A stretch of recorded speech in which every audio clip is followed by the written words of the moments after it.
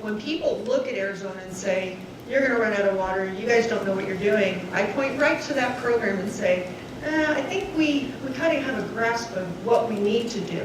And this program is an example of that inside the active management areas. Cottonwood is a city that also adopted the mandatory adequacy program, as well as the town of Patagonia. The counties of Cochise and Yuma County also have adopted mandatory 100-year requirements. So it's not just in the AMAs anymore, so there are other areas starting to adopt that program. We also are the lead agency, technical agency on the adjudication in Indian water rights settlements. We do significant, lots and lots every day of demand and water supply planning.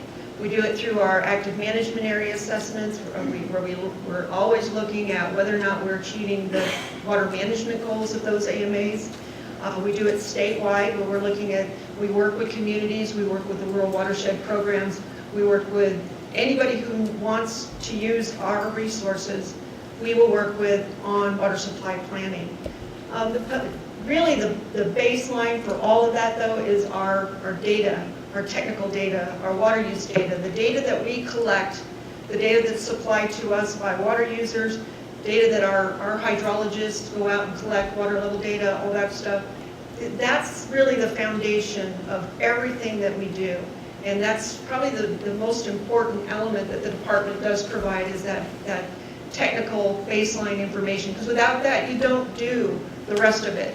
Or you try to do it, and you don't do such a hot job with it. So, and then really is the leadership in the state, providing leadership on water issues. Tom talked about the reduction at the Department of Water Resources and staffing. We haven't, it was a huge reduction. And we went through a lot of, it was very emotionally difficult. I've been with the department for 22 years actually, so a lot of these were my friends and folks that hired me in some instances that we had to let go. But we have such a sound foundation of technical experts, and those experts have really what have gotten us through that process. We haven't seen a blip in what we've done. We're still doing the same work. We're doing more of it with less people. We're capitalizing on our technical expertise and also our technical innovation. Computers are getting better. We're maximizing those things and using that and moving forward. So, as we talk about water, the one element, or probably the biggest element, is the need for water for economic development. Without water, you have no economic development. And Arizona has done a really good job in the past of putting itself in a position of maximizing its water supplies and without impacting the economic development in the state. But you need those long-term water supplies. Those supplies are critical for continued economic development. It's also very critical to attract and sustain new industry, new homeowners. If that's what you're looking for in your community, you have to have a water supply to move on. And that's where things like the Assured Water Supply Program and the planning and the data are important for that. A lot of times when I'm out talking to folks, and this has been the way ever since I worked at the department, it's always that question: are you running out of water, or aren't you running out of water, or you are going to run out of water, which is always news to me, because we don't plan on running out of water. We don't want to run out of water. We wouldn't be in this business if we wanted to run out of water. You wouldn't be in this room if you thought we were going to run out of water. What we all work to, and we work together to do, is to make sure that doesn't happen. But we also have a very good case for why we're in a good position for not doing that. We have a history. We have an extensive history, and again, this history is important for moving forward in the future, but we have an extensive history of actions and things that we have done as a state, as in communities, as individuals, in meeting our water supply needs. Salt River Project is the first example that we have. The Salt River was running through Phoenix. It came sometimes more than what we wanted, sometimes not enough. My great-grandmother was living there, so I heard all the stories. But what you had were some landowners who, first of all, were very instrumental in getting the Reclamation Act put in place. That Reclamation Act, that national act, was what was used to help fund and facilitate the construction of Roosevelt Dam. Those folks put their land up, these people, these farmers, these homeowners, settlers, put their own land up as collateral. They did this, and created the Salt River Project and helped facilitate the construction of that dam. We have the Colorado River Compact.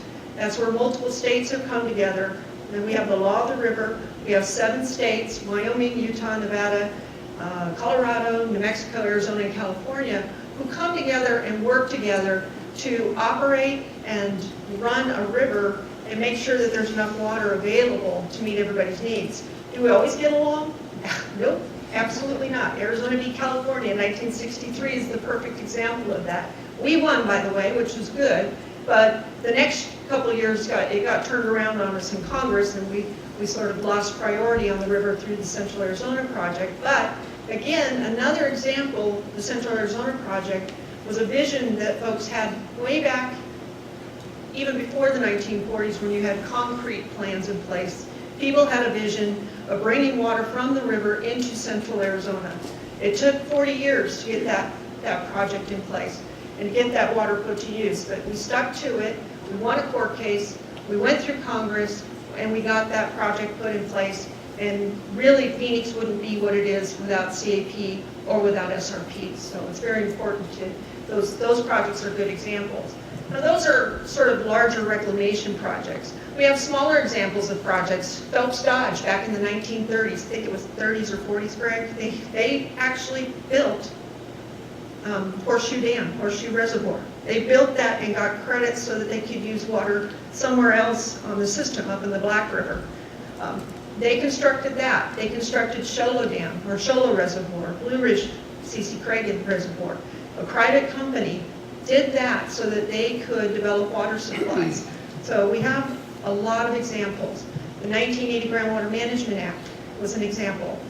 For over 80 or 70 years, 80 years, groundwater had been in the courts, back and forth, different decisions being made on who can use it, how can you use it, where can you use it, can you transport it, and these decisions were making it very difficult for Arizonans to do business. So, and finally in 1980, we had a comprehensive groundwater management for the areas in the state that needed it the most. Those areas in the state where we were seeing significant subsidence, where land was fracturing, land was collapsing, water was being pumped faster than what nature was putting back in.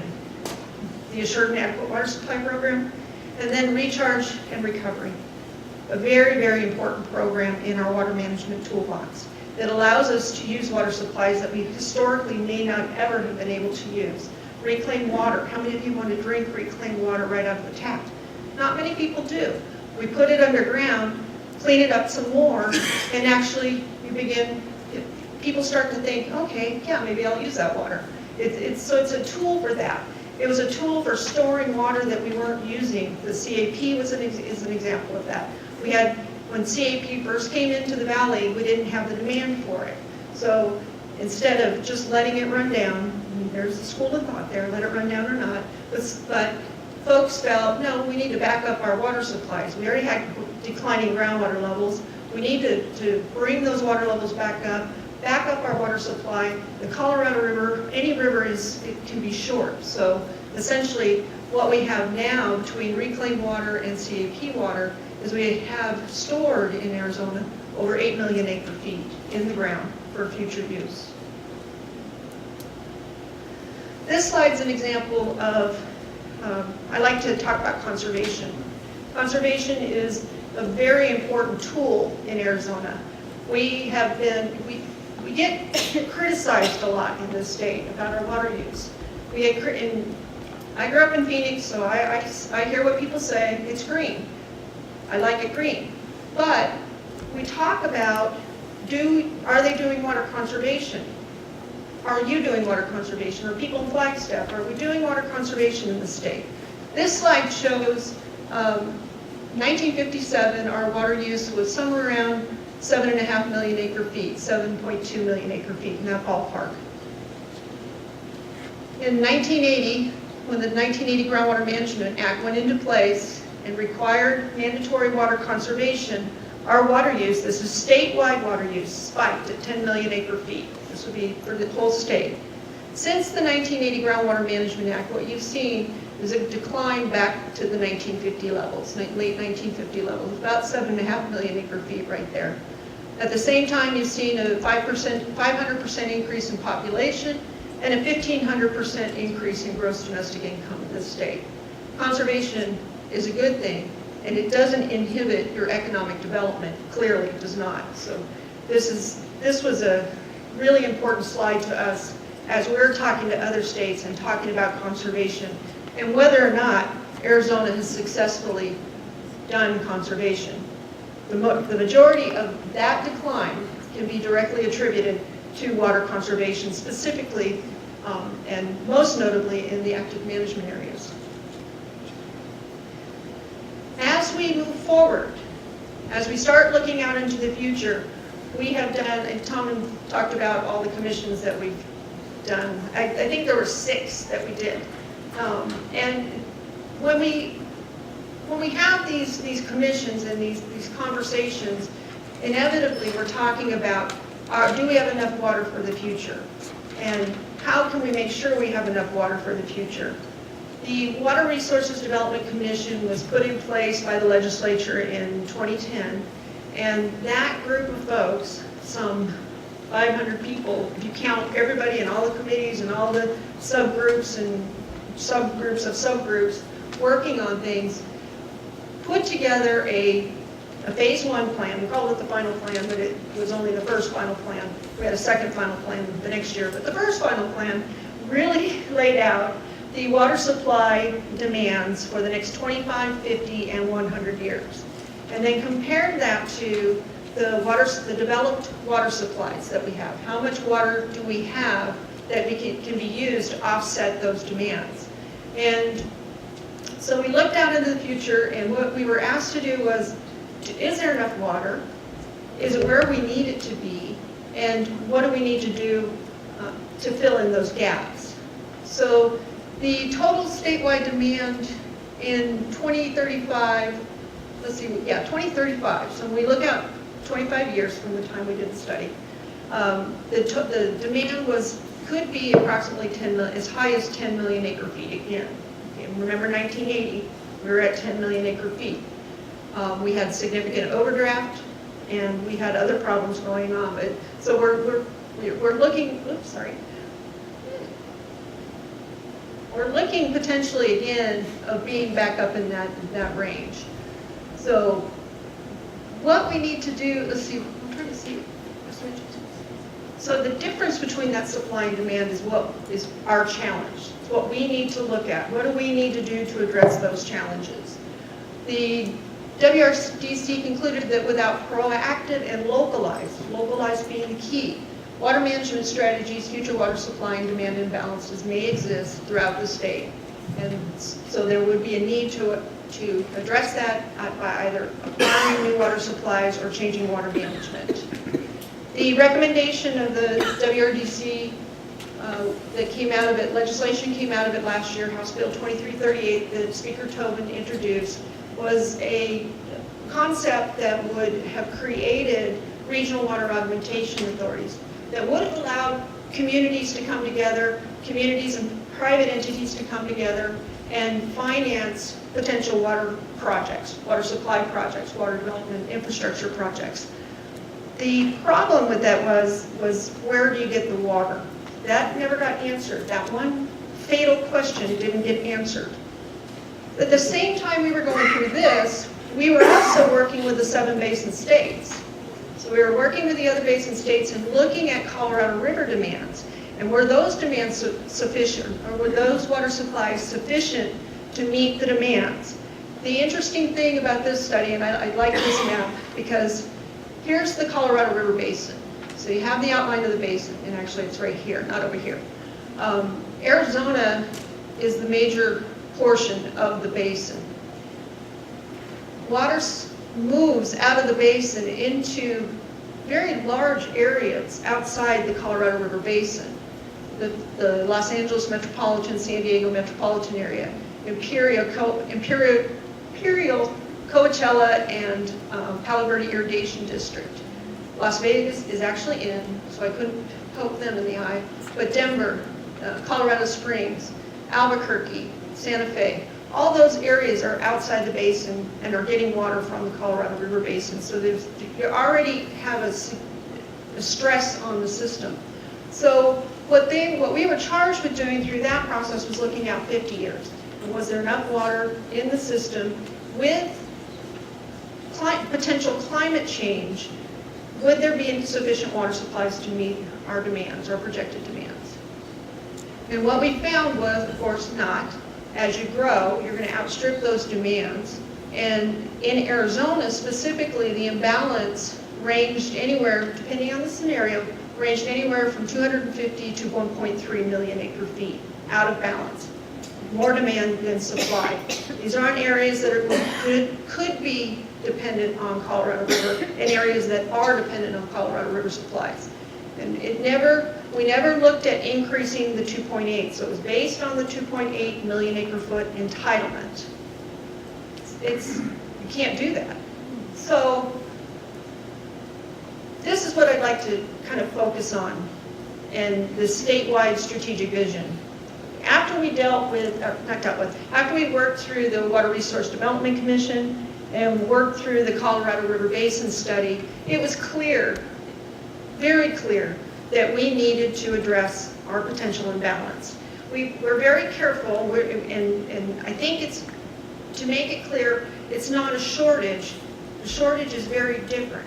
This is an imbalance between available water supplies and what we think we can achieve in projected demands based on population increases, industry increases, where's agriculture going to be in the future. So trying to balance all those things out. Do we have enough water to meet those projected demands? The answer clearly is no, we do not. So what do we do about it? The Department of Water Resources has been working quietly, albeit, for over the last probably 6 months on putting together a proposed draft, could be maybe, we're going to come and get input. So right now it's just very draft strategic vision for the state of Arizona. We've never in this state taken the state as a whole and looked at where are those supply imbalances. How can we maximize, how can we pull different areas of the state together and address those imbalances? Well, first you really have to start short-term and localized. What can local communities do to address part of that imbalance?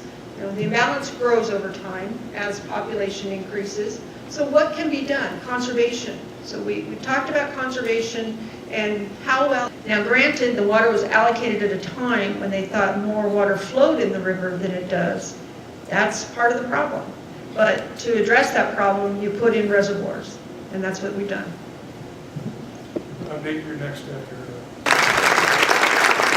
Well, the partnership's about to have its quarterly meeting. I'd ask those voting partners to make sure they stick around. We're going to change the tables. Take about 5 minutes. But first, before we get to that, the director mentioned time and time the legislature, working together, planning for the future. A lot of that stuff, the department does the work of the legislature and the law. So whatever the law says, they have to follow. Gary mentioned 12,000 homes, the San Pedro issue down there. So just introduce yourself, if you would. Okay. I'm Sandy Favorites-Whitney, and I'm the director of the Arizona Department of Water Resources. What are you doing here today? I'm here today to talk about Arizona's water supply today and tomorrow. So we're talking about what we've done in the past as far as water supply, how we've developed our water supplies, the successes we've had in developing those water supplies, and using those successes in developing future water supplies. So do you recall what your first slide is? My first slide is the importance of DWR, the Arizona Department of Water Resources, and how the department, what services or what the department provides to the state of Arizona in its protection of Colorado River supplies, our role as the state leader in data collection and regional and statewide planning for water supply demand and water supply analysis, and then also our role in the Assured and Adequate Water Supply Program and the Groundwater Management Act. So it's kind of a daunting task to try and figure out what are we going to do with certain limited amounts of water. It is a daunting task, but it's one that there are many solutions to. There's no one silver bullet, there's many solutions, and those solutions take cooperation. They take regional cooperation, they take statewide cooperation. So depending on what you want to address, how you want to address it, will really drive that train, and how many people and how large of a group is going to get together and solve the problem. And really what it comes down to is money. Like everything. Yes, like everything. So in closing this, would you state, come on, let's go listen to the presentation, or my presentation. So, yeah, So? would like you to say that. And then, Okay, yeah. so let's go look. Okay, so I'd like you all to come and hear my presentation. Nah. And would you spell your name for me? Last name? Just the last name? No, just go through the whole. Oh, SANDYFABRITZ hyphen WHITNEY. I think.